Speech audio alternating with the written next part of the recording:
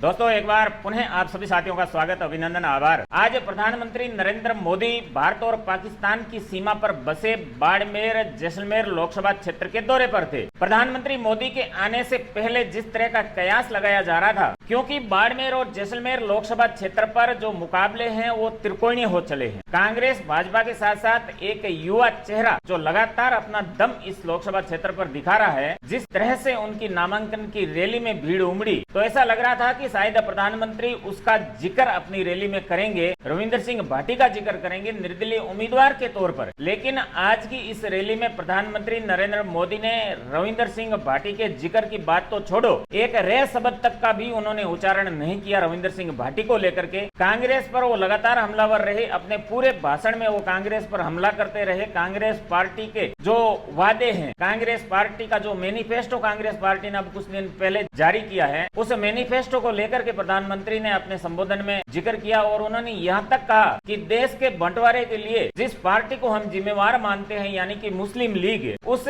मुस्लिम league का कहीं न कहीं जो झलक है, उसकी जो सोच है, वो कांग्रेस के मैनिफेस्टो में नजर आती है। तो ये जो हमला है वो कांग्रेस पार्टी के मैनिफेस्टो पर बड़ा हमला है। और इससे पहले भी प्रधानमंत्री नरेंद्र मोदी और भाजपा ने कांग्रेस के मैनिफेस्टो को मुस्लिम लीग की सोच के साथ जोड़ा था। उसके बाद में कांग्रेस पार्टी ने चुनाव आयोग से शिकायत भी की थी, लेकिन एक बार आज पुनः प्रधानमंत्री मोदी ने कांग्रेस पार्टी के मैनिफेस्टो को दोबारा से याद किया है। दोस्तों आज प्रधानमंत्री मोदी ने अपना जब संबोधन स्टार्ट किया तो मारवाड़ी में अपना संबोधन स्टार्ट किया, राम राम सा कह करके उन्होंने अपना संबोधन स्टार्ट किया। और आमतौर पर दोस्तों जहाँ कहीं भी रैलियां होती हैं, बड़ा संबोधन होता है, तो वहाँ मंच संचालन किया ही जाता है, हर रैली में किया जाता है। आपने कभी प्रधानमंत्री के मुंह से ये सुना है कि जो मंच संचालन करने वाले हैं वो बहुत बेहतर तरीके से मंच संचालन करते हैं, मैं उनकी प्रशंसा करता हूँ, मुझे पसंद आया। तो आज प्रधानमंत्री मोदी ने जो मंच संचालन किया जा रहा था एक महिला के द्वारा, उन मंच संचालन करता की प्रधानमंत्री ने खुले मन से तारीफ की। प्रधानमंत्री ने एक बार पुनः लोगों को ये याद दिलाया है कि ये किसी दल का चुनाव नहीं है, किसी दल के बीच का चुनाव नहीं है, बल्कि ये देश का चुनाव है, देश को आगे बढ़ाने का चुनाव है। एक बार पुनः लोगों के बीच में प्रधानमंत्री ने इस चीज को दोबारा से जाहिर किया है। और प्रधानमंत्री ने सीमावर्ती क्षेत्र के जो लोग निवास करते हैं उनके हौसले और जज्बे का बखान किया है और कहा है कि जब भी कोई दुश्मन हमारे ऊपर चढ़ाई करता है तो उनसे पहला जो मुकाबला होता है वो आपसे होता है। हम चाहते हैं कि जो सीमांत के एरिया हैं, जो सीमांत के गांव हैं, जो सीमांत के शहर हैं, वो मजबूत हो,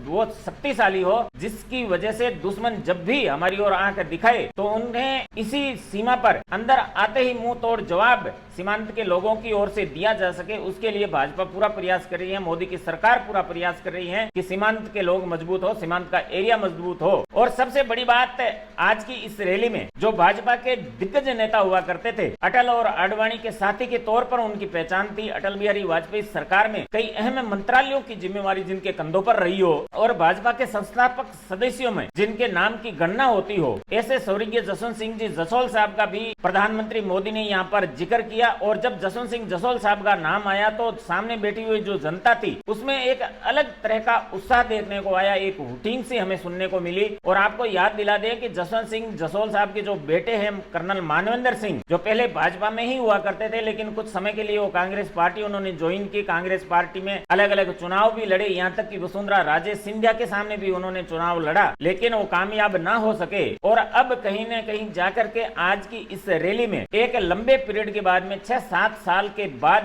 कर्नल मानवेंद्र सिंह जसोल ने एक बार पुनः भाजपा का दामन थामा है, एक बार पुनः वो भाजपा के साथ जुड़े हैं। प्रधानमंत्री ने कहा कि मैं गुजरात का जब मुख्यमंत्री था तो जैसे बाड़मेर और जैसलमेर की स्थिति है, ठीक उसी प्रकार से गुजरात के कच्छ जिले की स्थिति हुआ करती थी। और जब भूकंप आया तो उसके बाद में वहाँ की स्थिति थी और विकट हो गई और बिगड़ गई। और जब मुझे वहाँ काम करने का मुख्यमंत्री के रूप में मौका मिला तो मैंने कच्छ की तस्वीर बदल करके रख दी। और आज प्रधानमंत्री कहते हैं कि मुंबई से महंगी जमीनें आपको कच्छ में मिलती है, और अगर कच्छ बदल सकता है तो फिर बाडाना और जैसाना क्यों नहीं बदल सकता। इस प्रकार का इन दो शब्दों पर ध्यान दीजिएगा, बाडाना और जैसाना, सीधे दिल से जुड़ने का प्रधानमंत्री ने प्रयास किया है इन शब्दों के द्वारा, क्योंकि वहाँ के जो निवासी हैं, वहाँ के जो मूल हैं, वो इन दोनों शहर को आपस में इन्हीं नामों से जोड़ते हैं। और जो भी लोकगीत हैं हमारी राजस्थान की संस्कृति को लेकर के, वो कहीं न कहीं उन लोकगीतों में भी जो इन दो शहरों का जिक्र होता है, तो वहाँ बाडाना और जैसाना शब्द भी हमें सुनने को मिलते हैं। कहीं न कहीं ये जो दो शब्द हैं वो दिल से जुड़े हुए हैं और इन दो शब्दों को बोल करके प्रधानमंत्री नरेंद्र मोदी ने एक बड़ा तीर चला दिया है, लोगों के जो दिलों तक जाकर के लगेगा। दोस्तों, आज प्रधानमंत्री मोदी ने लगातार कांग्रेस पर प्रहार किए। पहले ये हम सब के द्वारा ये कयास लगाए जा रहे थे, क्योंकि रविंदर सिंह भाटी जिस तरह से चुनाव को लेकर के आगे बढ़ रहे हैं, जिस तरह की भीड़ रविंदर सिंह भाटी के साथ में लगातार जुड़ रही है, जिस तरह का मनोबल लेकर के रविंदर सिंह भाटी चुनाव प्रचार कर रहे हैं, जिस तरह का काफिला उनके साथ में जुड़ रहा है और चल रहा है, तो ऐसा लग रहा था कि शायद प्रधानमंत्री नरेंद्र मोदी कुछ शब्दों से पार्टी पर एक कोई बड़ा हमला बोल सकते हैं, निर्दलीय प्रत्याशी पर कोई बड़ा हमला बोल सकते हैं। लेकिन बराबर में ये भी कयास लगाए जा रहे थे कि रविंदर सिंह भाटी के लिए प्रधानमंत्री मोदी के द्वारा बोला गया एक एक शब्द किसी सम्मान से कम नहीं होगा, किसी तगमे से कम नहीं होगा, किसी पदक से कम नहीं होगा।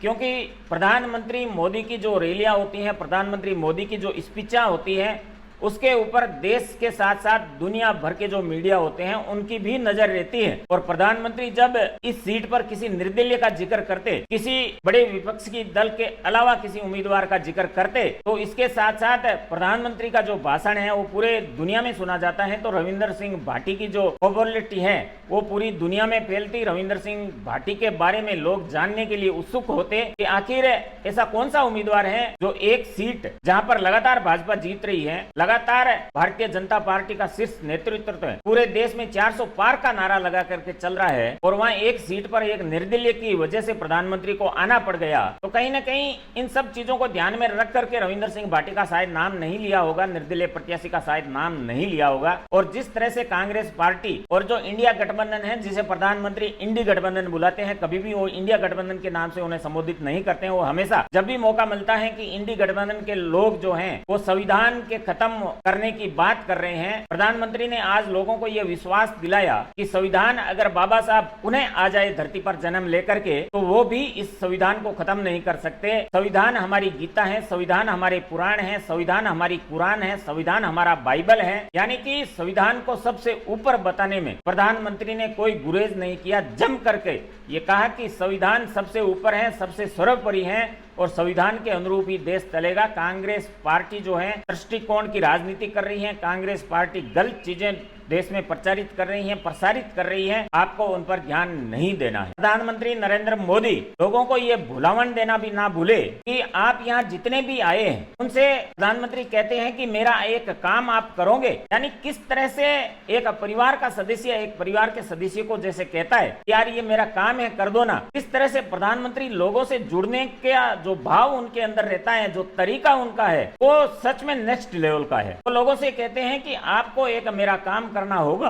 आपके धोरों में, गांवों में, ढाणियों में जो लोग आज इस रैली में नहीं पहुंच पाए हैं, उन तक मेरा एक संदेश आपको भेजना है। मैं आपको अहम जिम्मेवारी देता हूं, मेरा संदेश लेकर के जाना। जो भी लोग आज इस रैली में नहीं आए हैं, चाहे महिला हो, पुरुष हो, वृद्ध हो, उन सबको मेरा प्रणाम कहना, मेरा राम राम कहना। इतनी बड़ी बात है भावनात्मक रूप से जुड़ने के लिए। तो प्रधानमंत्री मोदी ने कुल मिलाकर के आज सीमांत के क्षेत्र में एक बड़ा आयोजन किया। रैली में अच्छी खासी भीड़ थी, उसे ना तो आप कम कह सकते हैं ना ही अति ज्यादा कह सकते हैं, लेकिन ठीक ठाक भीड़ थी। गर्मी का माहौल था। भौगोलिक रूप से वहां की जो परिस्थितियां हैं वो काफी विकट हैं और उन सब परिस्थितियों को लेकर भी रविंदर सिंह भाटी मुखर होकर के अपनी बात रख रहे हैं। क्योंकि इतना बड़ा क्षेत्र होने की वजह से वहां मूलभूत समस्याओं की जो कमी है उनको कहीं न कहीं रविंदर सिंह भाटी टच कर रहे हैं नजदीकी से जाकर के, और लोगों को भी ये एहसास हो रहा है कि हम बाकी क्षेत्रों से जरूर पिछड़ रहे हैं। इस बात का भान भी लोगों को हो रहा है। उसकी बदौलत प्रधानमंत्री नरेंद्र मोदी अपनी रैली में चाहे रविंदर सिंह भाटी का जिक्र करे या ना करे, लेकिन राजस्थान के जो राजनेता है उन्हें अच्छी तरह मालूम है और कहीं न कहीं प्रधानमंत्री मोदी को भी अच्छी तरह मालूम है कि रविंदर सिंह भाटी के पीछे आखिर कौन सी ताकत काम कर रही है और रविंदर सिंह भाटी की इस चुनाव में क्या ताकत रहने वाली है। तो बहुत सारी चीजें होती हैं जिनको ध्यान में रख करके इस प्रकार के बड़े नेता होते हैं वो जिक्र नहीं करते हैं, बाकी रैली अच्छी रही। आज कांग्रेस पार्टी लगातार संघर्ष कर रही है रविंद्र सिंह भाटी के सामने। भाजपा कहीं न कहीं कुछ सुस्त में दिख रही थी, लेकिन आज की रैली से भाजपा थोड़ी उत्साह में आएगी। और भाजपा एक माइक्रो मैनेजमेंट पर काम करने के लिए जानी जाती है। छोटे से छोटी चीजों पर भाजपा बड़ी संजीदा होकर के काम करती है। वो कहीं न कहीं हमें अगले जो 7-8 दिन बच गए हैं चुनाव आने की तारीख तक हमें देखने को मिलेगा। तो कहीं न कहीं भाजपा के सक्रिय होने का मतलब है कि अब मुकाबला बड़ा त्रिकोणीय हो चला है। अब कोई भी किसी से ना तो 19 है ना 21 है, बराबर की स्थिति में लगातार दौड़े जा रहे हैं। अब कौन उस लास्ट लाइन को टच करेगा, ये तो दोस्तों आने वाले चुनाव परिणाम के दिन ही मालूम चलेगा। दोस्तों आपसे निवेदन है कि अब तक हमारा चैनल आपने अगर सब्सक्राइब नहीं किया है तो प्लीज चैनल को सब्सक्राइब करिएगा। इसी प्रकार के वीडियो आपके सामने हम लाने का प्रयास करते रहेंगे, लाते रहेंगे। अपने मित्रों के बीच में साझा करें, अपने परिजनों के बीच में साझा करें। अपना व अपनों का ख्याल रखते हुए हमसे जुड़े रहिएगा। आपके दिन, आपके विचार मंगल में हो, इसी शुभकामनाएं के साथ मैं श्रवण कुमार बिश्नोई आपका पुनः धन्यवाद करता हूँ।